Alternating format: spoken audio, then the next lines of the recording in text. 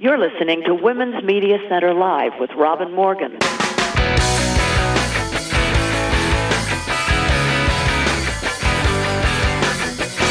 Welcome to Women's Media Center Live. I'm Robin Morgan. In keeping with our new plan for special election coverage, and following on our in-depth programming about the post office and about the census, today we are focusing on the debates. The Commission on Presidential Debates has scheduled 4 events, 3 debates between former Vice President Joe Biden and Trump on September 29th, October 15th, and October 22nd, and 1 vice presidential debate between Senator Kamala Harris and Pence on October 7th. There will be only 1 moderator this time, unlike past years, because the pandemic requires having as few people as possible on stage. We're unsure as yet if there will be audiences for these debates, or even whether the candidates will appear virtually or together on stage.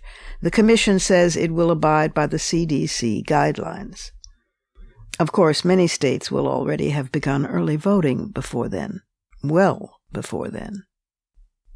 My guest for the conversation today is Jessica Lowe-Minor, Vice President of the League of Women Voters, which hosted and ran the debates in 1952 and then again from 1976 to 1984. Since then, lamentably, the Commission on Presidential Debates, run by the political parties themselves, has done the hosting, and the result has suffered greatly. Being about maximized ratings and viral moments, lightweight on substantive discourse but heavy on conflict, and simply trading talking points and gotchas. Worse, media hosts tend to package the events as if they were pro wrestling matches. So what to do and how to do it? Those questions and others about the history and importance of debates we will attempt, at least, to answer. But first we need to go inside those headlines.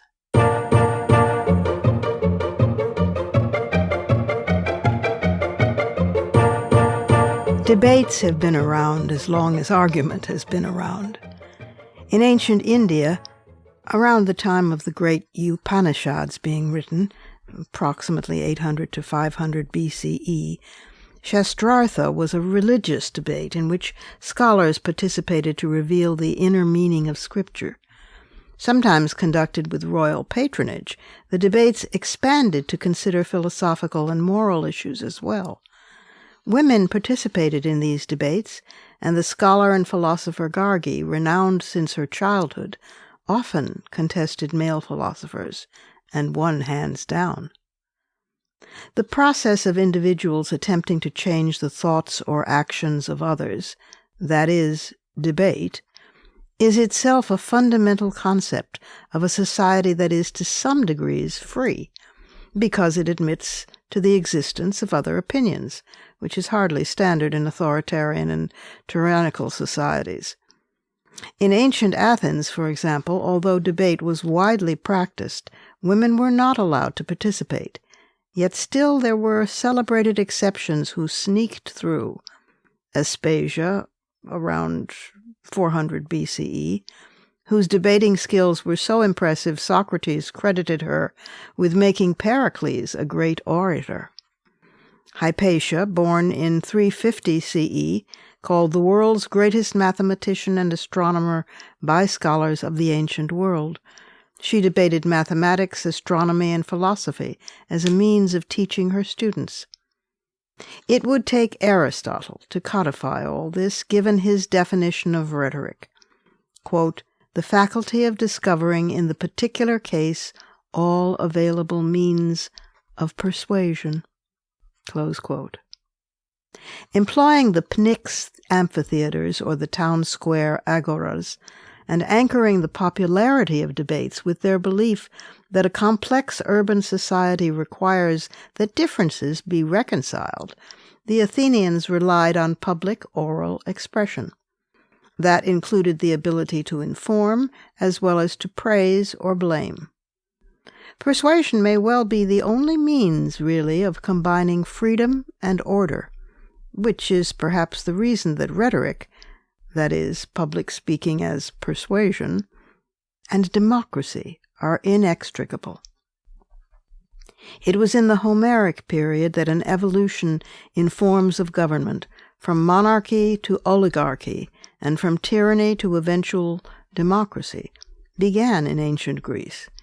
It was during the reign of Pericles, 461 BCE to 429 BCE, that Athens reached its greatest stature. Some of the accomplishments were a liberalized judicial system to include poor citizens, all male, so that they could serve on juries, and the establishment of a popular legislative assembly to annually review all laws by males. In addition, Pericles established the right of any Athenian citizen, if male, to propose or oppose a law during assembly. Because of his achievements, Athens became the center of Western civilization and the crossroads of the world, and the need for public speaking. This new democracy established training in public speaking. Greek assemblies debated old and new laws on an annual basis. The juries numbered between 500 and 2,000 people, so speaking at a public trial was similar to speaking at a public meeting, and to speak at a legislative assembly required highly developed, refined debate, because the issues were about life and death, peace and war. Plato, who had taught Aristotle, had devised an early form of the dialectic, a debate intended to resolve a conflict between two contradictory or polar opposites, establishing truths on both sides rather than just disproving one argument. Dialectic now joined rhetoric as a subject for study in Pericles' Athens, for all boys. Eventually, this ended in a compromise, in which rhetoric, philosophy, and the dialectic became the rhetoric of not only Cicero later in Rome, but of the Middle Ages, the Church, the Renaissance, and even modern times. If Greek debate was basically to persuade, Roman debate was a blood sport. Take the Senate, for example. Mitch McConnell would have felt right at home. Under the early monarchy, it had 300 members, patricians all, and its powers were vague. But with the abolition of the monarchy in 509 BCE, the Senate became a self-perpetuating, automatically constituted body, with extensive powers in the Roman constitution. In fact, it became the chief governing body in Rome, tendering advice on domestic and foreign policy, legislation, and financial and religious questions. In ancient Rome, debates were political attacks, invectives, and vicious. They were also an integral part of public life, both in and out of the Senate. Character assassination in the Roman Republic, which lasted from 509 to 27 BCE, went quite far. The fact that the people were excluded from the invective between senators in political arenas, but were themselves allowed to insult and catcall the political elite, shows that the Republic's politicians did recognize the popular assembly, although by today's electoral procedures, a maximum of only 3% were entitled to vote. Still, those who questioned the people as decision-makers risked the crowd storming the rostra. But the people's power was valid only in official political communication arenas. Oratory in general and debate in particular reached its pinnacle, perhaps, with the speeches of Marcus Tullius Cicero, who was one of 2 elected Roman consuls during the Republic, and a statesman, lawyer, translator, philosopher, and copious writer, who tried in vain to uphold republican principles in a climate that would lead to the establishment of the Roman Empire. Cicero paid dearly for his brilliant speech-making, with his life. His severed head and hands were sent to Mark Antony, and his tongue had been pulled out, as a testament to the power and danger his speaking had represented. In the empire, the art of debating, not surprisingly, declined. One didn't debate with a Caesar, after all, not the nice ones like Marcus Aurelius, and certainly not the nasty ones like Nero or Caligula. But debate returned in a theological context in Christianity as it established itself, and certainly debating is an integral part of the rise of Parliament in England in 1215 with the signing of the Magna Carta. The word Parliament is derived from the French word parler, to speak, parler. As it evolved, Parliament grew beyond granting taxes to become a grand arena of political argument. But debate really comes into its own in the Age of Enlightenment. Debating societies emerged in London in the early 18th century and became prominent in national life. Such was the intensity of the parliamentary debate in England over the American Revolution that Pitt the Elder literally died of exhaustion in the middle of an impassioned speech on behalf of the revolutionaries. Debating covered a broad spectrum of topics, and debating societies allowed participants from both sexes and all social backgrounds, enlarging the public sphere of enlightenment. In fact, debating societies eagerly associated themselves with this trend precisely because it was accessible to all people. During and just after this period, a bounty of debating styles emerged, the Oxford style, the Paris style, etc. Princeton University, in what was to become the United States, was the base of various short-lived student debating societies throughout the mid-1700s, and its influential American Whig Society was co-founded in 1769 by the young future revolutionary, one James Madison. The First Continental Congress, indeed all the original meetings of the country's founders, reflect this robust, popular, intense method of persuasive oratory. These founders desperately needed debate because, although they were going to war with George III to found the United States, they preferred not to kill one another in the interim. But it wasn't until 1858, in the fight for an Illinois Senate seat sought by Abraham Lincoln and Stephen Douglas, that debates and debating became a truly American tradition.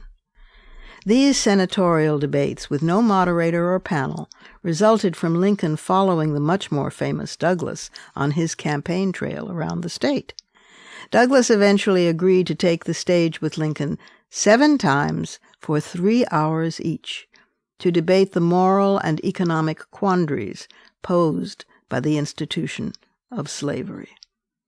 Douglas won the seat, but in those debates lay the seeds of what would become the Civil War. Lincoln didn't debate at all during his successful campaign for the presidency 2 years later. In 1948, a presidential debate got a boost from a radio broadcast between Thomas Dewey and Harold Stassen, both Republicans, in their primary. Between 40 and 80 million listeners tuned into the broadcast of the debate, which was about outlawing communism in the United States. With each advent of radio and then television and now social media and the Internet, the debates have changed form, content, and style. Unfortunately, tragically even, they seem to have largely abandoned substance in favor of personality, sound bites, and a gladiatorial air worthy of the Romans, especially in the era of Trump. It's yet to be seen whether this election and its attendant debates will be able, in addition to reversing so many other ghastly developments, to reverse that trend. Perhaps it helps to remember that former President Obama, in his initial 2012 presidential debate with Mitt Romney, fared not so well at all until the stellar performance of Joe Biden in his debate with a "what in hell just hit me" overwhelmed Paul Ryan inspired Obama to get back in the game.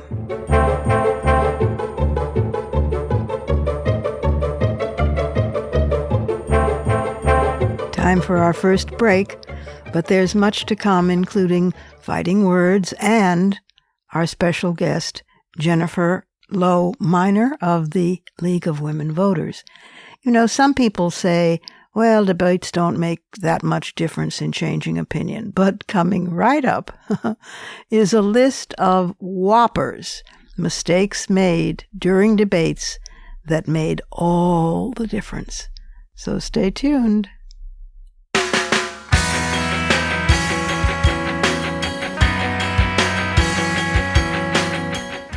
Subscribe to this program on your favorite podcast platform and leave us a review. Follow us on Twitter at WMC Live, like our Facebook page at facebook.com/WMC Live, and visit us at WMCLive.com for more information about our show and our guests. You're listening to Women's Media Center Live with Robin Morgan.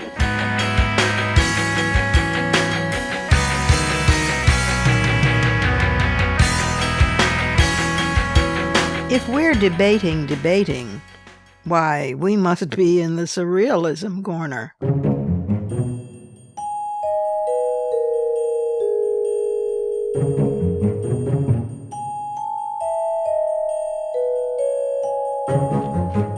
Here are some debate zingers, especially for those people who believe that debates make no difference in voters' minds. In the 1960 Kennedy and Nixon debates, the first of the contemporary era, Nixon went all macho by refusing makeup and shrugging off the television audience as being no different from any audience. But Kennedy accepted makeup, chose his clothes very carefully, and trained in television presentation. Nixon actually won the radio debates, but unprepared and sweating heavily under the hot lights, Nixon tanked totally with the TV viewership.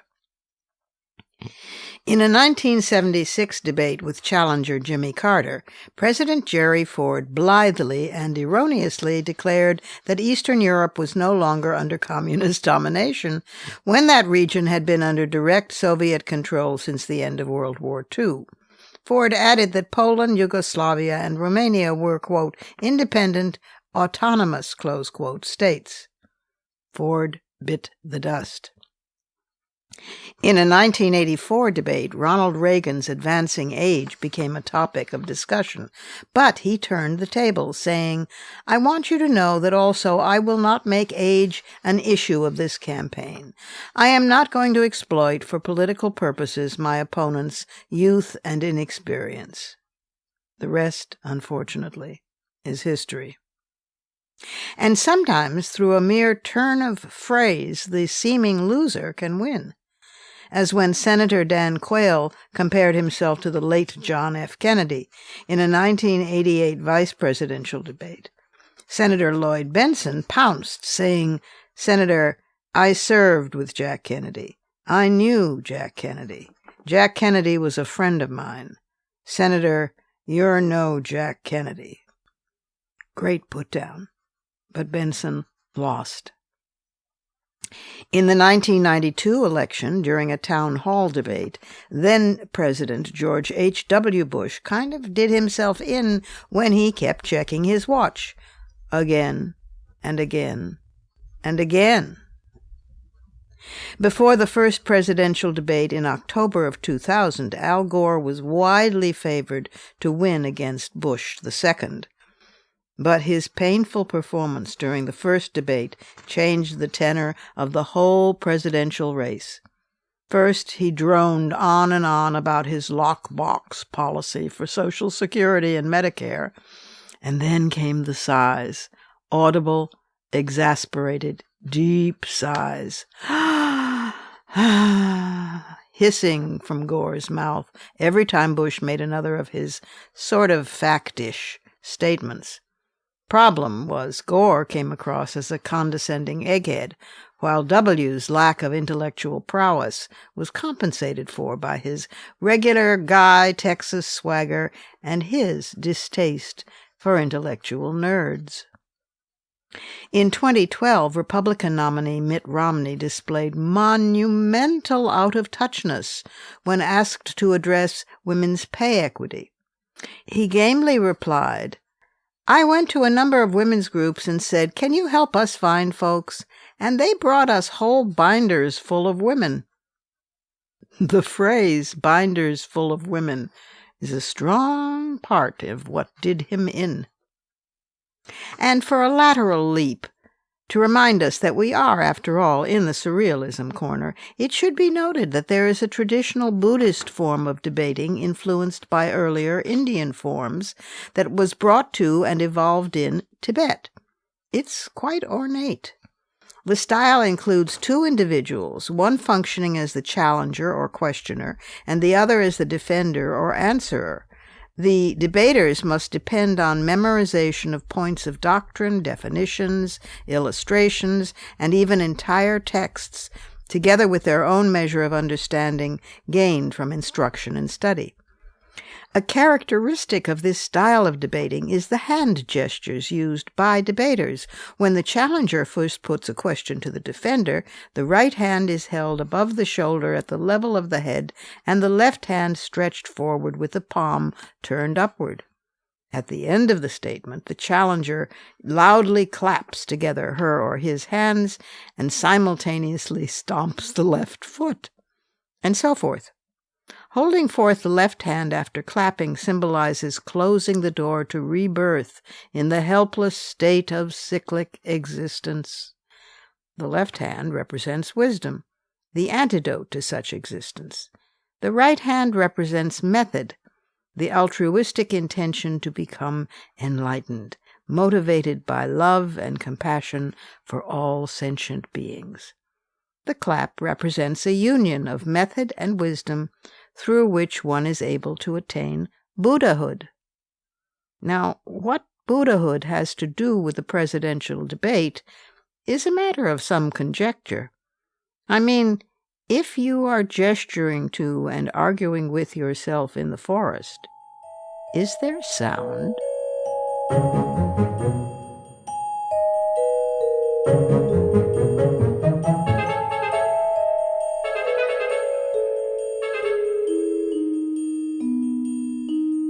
It's time for another break, just before the conversation, where my special guest today is the Vice President of the League of Women Voters, which goes all the way back to suffrage. Jessica Lowe-Minor, that Vice President, is coming right up.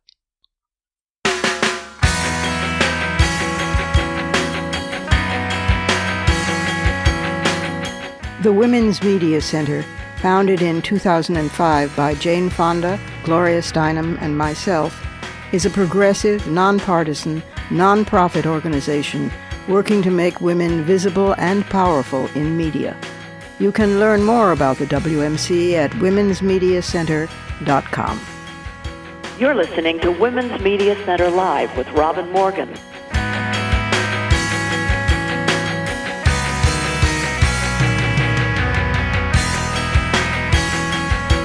Jennifer Lowe-Minor is a passionate voting rights advocate who joined the National League of Women Voters Board of Directors in 2016.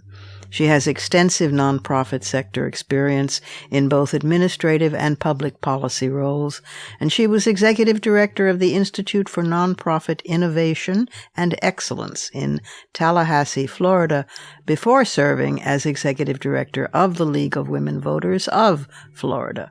She has an MA in Women's and Gender Studies from Florida State University, and I'm glad to welcome her. Jessica, welcome to Women's Media Center Live. I'm so delighted to have the Vice President of the League of Women Voters here today. Thank you so much, Robin. It's a pleasure. Well, the League is living history, herstory, as it were. It was founded in 1920, of course, to support the new women's suffrage, and it was led by Carrie Chapman Catt, as well as by Emma Smith DeVoe, the latter from the National Council of Women Voters, and the former from the National American Women's Suffrage Association. That was Catt, and it was just a moment or two before women actually got the 19th Amendment. It was an experiment aimed to help newly enfranchised women, although only women could join at the beginning, but in 1973, the charter was modified to include men. But it remained the League of Women Voters. Yay! That's very good. That's the generic. Now we came a cropper in 1984 because the cooperation between the Republican and Democratic parties had led to a joint veto of almost 100 proposed panelists for the first debate. So there was quite a kerfluffle. And the campaigns of George H.W. Bush and Michael Dukakis met without knowledge of the League of Women Voters and drafted a memorandum of understanding in secret. And then under these terms, the League voted, the board of the League voted in disgust and exposed the memorandum and resigned as hosts, citing the, quote, fraud on the American voter being carried out by the two major parties. Tell us the story behind the story. Yes, thank you so much. So, of course, the League does have a long and exalted history of providing voter education, nonpartisan voter education to both women and men across the country, and we are dedicated to empowering voters and defending democracy.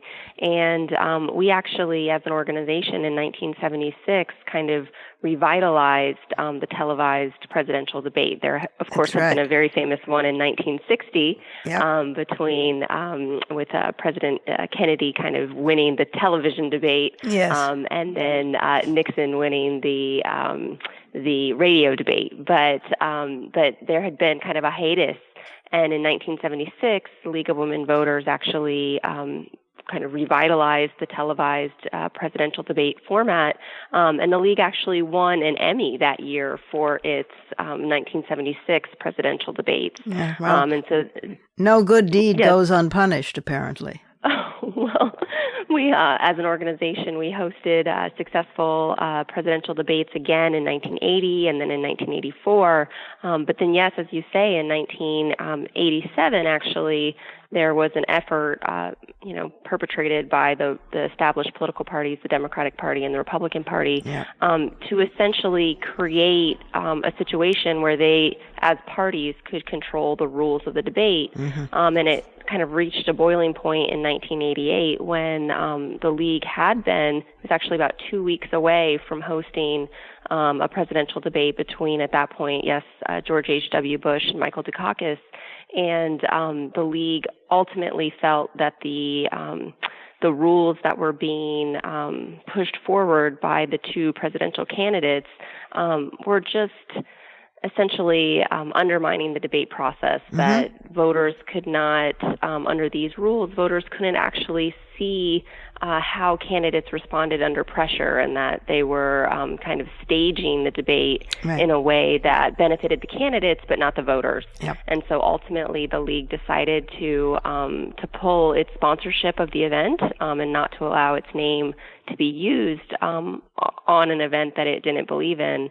And so that was its position in 1988, and unfortunately the League has never conducted a presidential debate since, although we do host debates and sponsor debates all across the country, gubernatorial debates, as well as local races. So we're very much involved still in hosting debates and educating voters and allowing voters to see, their candidates and their candidates' policies and platforms firsthand, which we do believe is incredibly important. Well, it is important, of course, but we miss you on the presidential front because they have, in fact, these debates descended into into a zoo where you have Trump stalking Hillary Clinton, where you have people interrupting each other all the time, where you.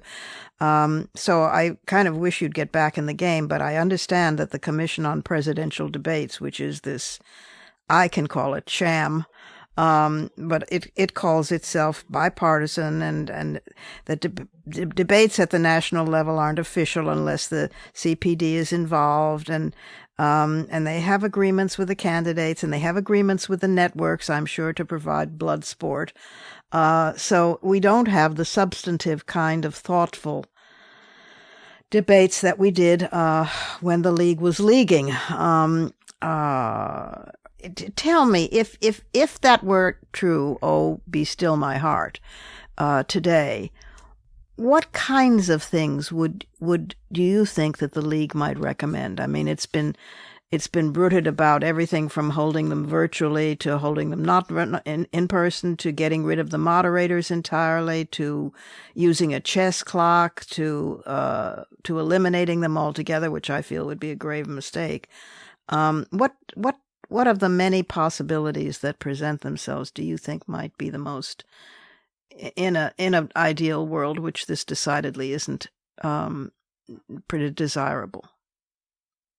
Well, at the time when the League, kind of refused to participate in the 1988 presidential debate, one of the criticisms that the League president at that time, Nancy Newman, said was that campaigns were becoming increasingly image-driven and scripted. And I think that's so prescient because, of course, now we're in an age where it's, I would say that the glory days of the 1980s in terms of presidential debates and being scripted, because now we're in a world where it just feels like voters are only exposed to these sound bites. Yeah. And, the image of the candidate is so carefully cultivated in a way that, you as an American voter are not really getting to see or experience who the candidate truly is and what their policies are, their grasp of the issues, their understanding of what it takes to be a leader, and how they would navigate, the governmental arena. You are not being exposed to that. You're seeing essentially these incredibly scripted conversations, interviews, paid media, social media ads. And so one of the things that we really support as an organization is creating an environment in which candidates are hearing questions for the first time. They're not having an opportunity to kind of carefully prepare and, market test their answers. But then they're also allowed to rebut each other's responses, and that there's significant amount of time given to answers. I mean, you can't really cover or expect the American people to garner, a real understanding of what a candidate's platform is if you're only providing 30 seconds to answer an in-depth question. Yeah. And so, I recognize with COVID and kind of this age that we're in, people's attention spans are very short.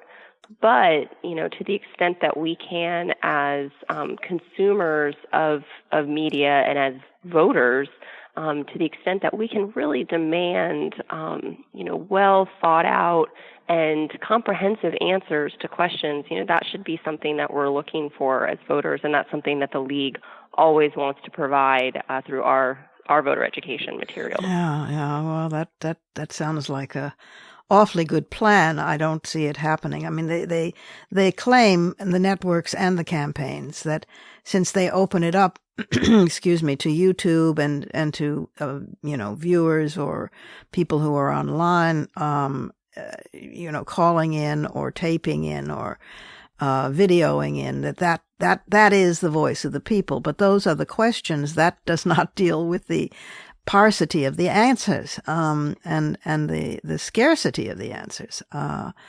Tell me something. The League is officially nonpartisan. It doesn't support or oppose candidates or parties, but it does support a variety of progressive public policy positions. Thank God, including the range from campaign finance reform to universal health care to abortion rights to climate change action to environmental regulation and gun control, et cetera, et cetera.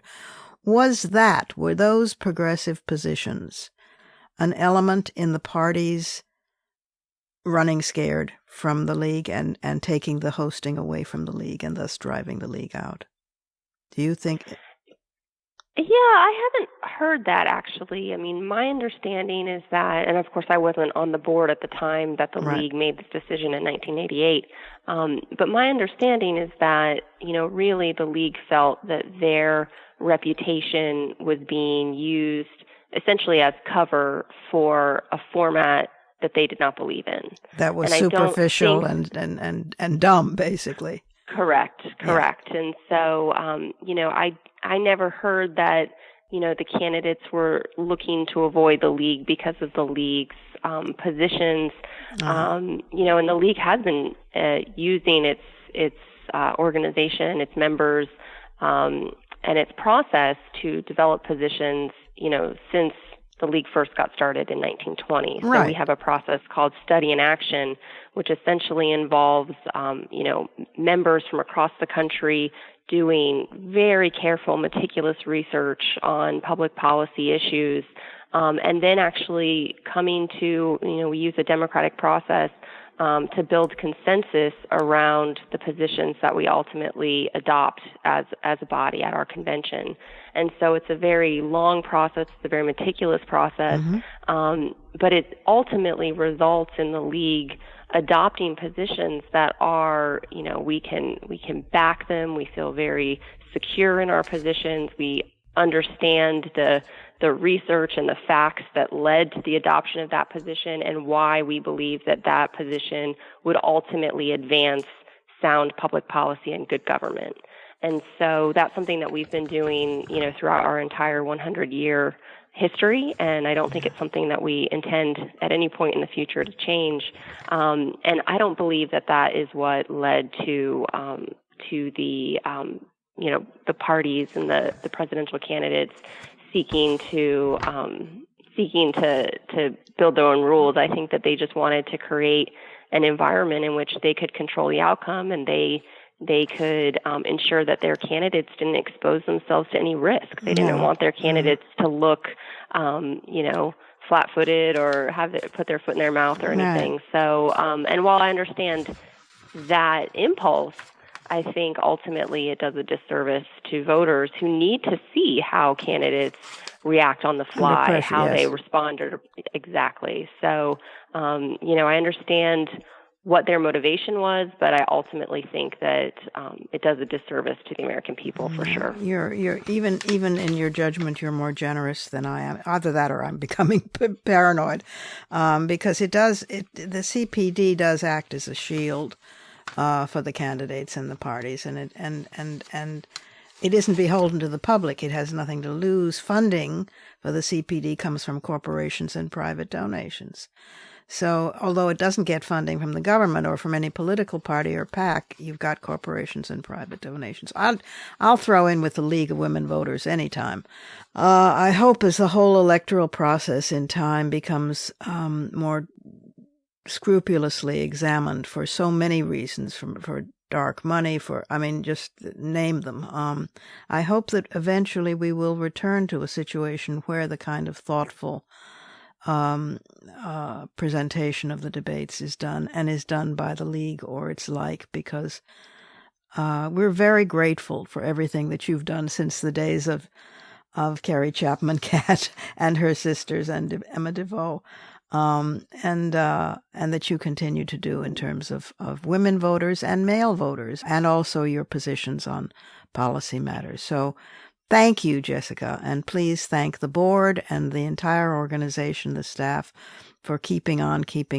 Well, thank you so much, Robin. And, democracy is not a spectator sport, so this is the time when we all have to, get up and enter the arena and make sure that our voices are heard, and also fight to ensure that we get the answers that we deserve from candidates. So exactly. As voters, we have to speak with that vote, and if we're not getting the answers that we need from candidates or that we expect from candidates or the access that we expect from candidates, then, the way to let them know is at the ballot box. Yep, you got it. I'm there. And the mail-in ballot is part of that, and early voting is part of that, and voting at registration. All of these aspects of making the vote easier, which was the trend with the Voting Rights Act, and then it came undone with the undoing of the Voting Rights Act. Each of these was an important step in the right direction, so we've got to turn things around and go in that direction again. Thank you so much, and thank the League for the brilliant and important work that you do. Thanks a lot. Thank you, Robin. And if I could make one plug, if voters are looking for a way to create their voter plan and make sure that they're prepared to make their voice heard, our website, www.vote411.org, has nonpartisan voter information for every state in the country. So it's a very easy and accessible way to make sure that you're registered and to make sure that you have your plan to vote this election. Thank you again so much. Thanks, Robin. It's been an honor. Thank you. It's time for our final break, but I'll be right back with some fighting words.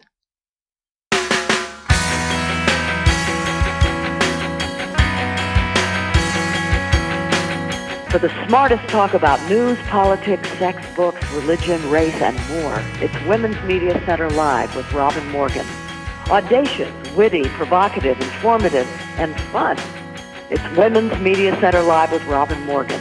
Talk radio with a brain. Words of debate, although deliberately polite, are nevertheless fighting words.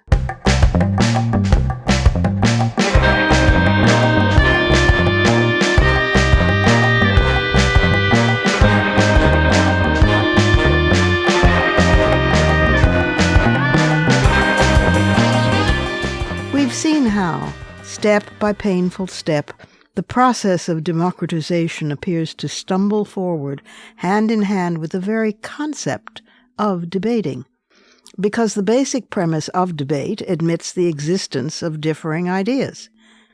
Still, it's a painful process, because at one stage women are excluded, at another enslaved persons, at another somebody else. Meanwhile, someone usually insists that debates change nobody's mind when they seriously do.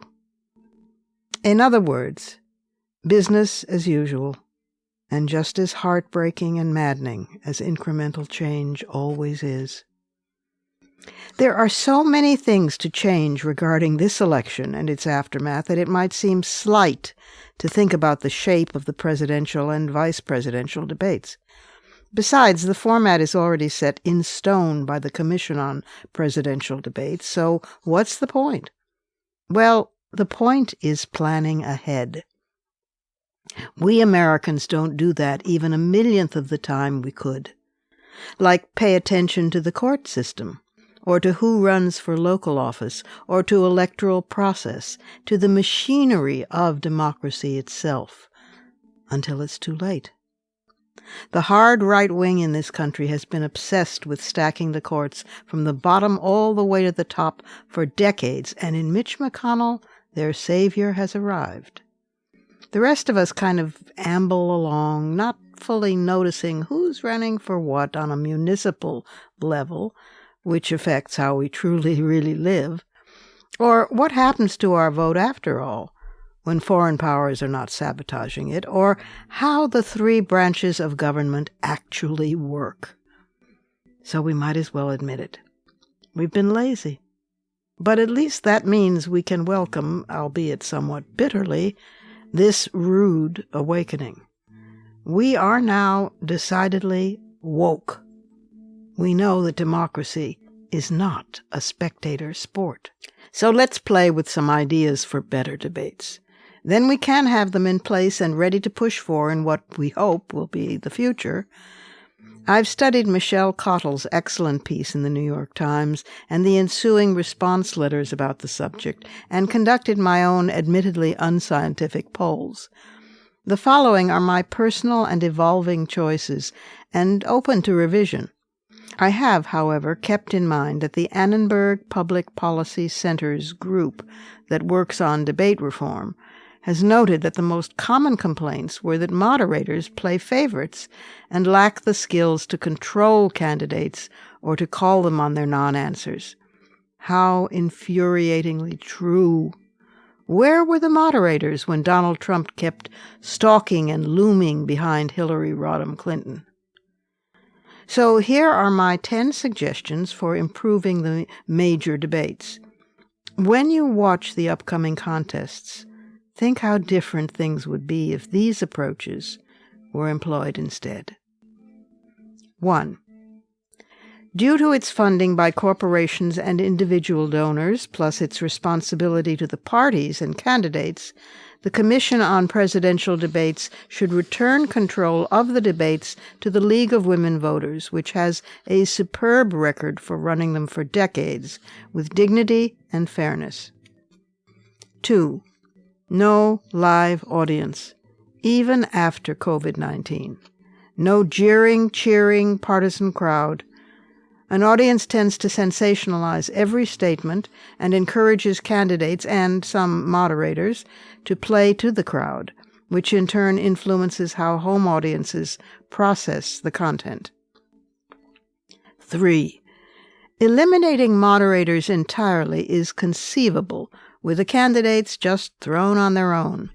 But a moderator turns out to be necessary for order and for corrections, as in items 4 and 8 below. Therefore, there should be a single moderator for each debate, someone of stature more than of celebrity, serious, impartial, knowledgeable in both domestic and foreign affairs, civil but unafraid to follow up difficult questions. No baiting, needling, provoking. No moderator should become part of the story. 4. A chess clock to limit the time and a mute button to cut off interruptions. 5. Each candidate to have a full hour in which to speak, allotted as she or he determines via the chess clock. Sometimes a direct yes or no answer would actually be refreshing. Besides, if a candidate uses up all the time in the beginning and then runs out later on, too bad. 6. Space allotted for candidates to question one another directly and to respond. 7. No submission of questions in advance, since that leads to canned opinions provided by advisors. Spontaneity of response and thinking on one's feet ought to be the point. 8. On-the-spot fact-checking as up to the moment as possible, to be read out accordingly by the moderator to the candidate in question and in demand for a response. 9. No personal attacks of any sort permitted.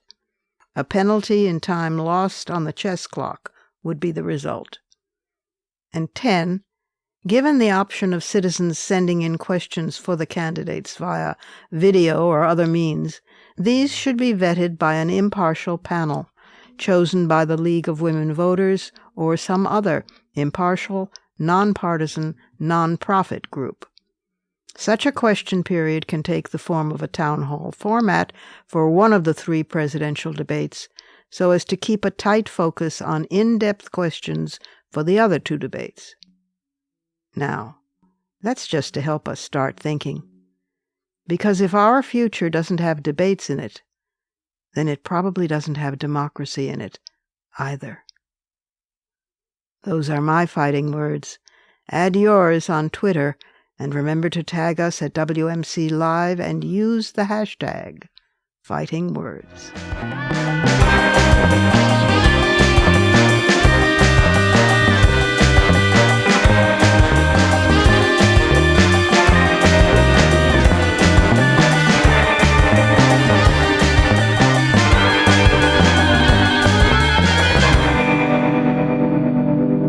And that's our show for this week. You can follow me on Twitter, Facebook, and now Instagram at @TheRobinMorgan, and you can check out my blog at robinmorgan.net and find my latest book of poems, Dark Matter, and my brand new novel, Parallax, wherever books are sold. Opinions expressed on this program do not necessarily represent the Women's Media Center. Here's the family for Women's Media Center Live. Executive producer as well as founding and sustaining sponsor, Regina K. Scully. WMC president and co-executive producer of this program, Julie Burton. I'm Robin Morgan, your producer and host. Thank you for being with us. Join us again next time on Women's Media Center Live.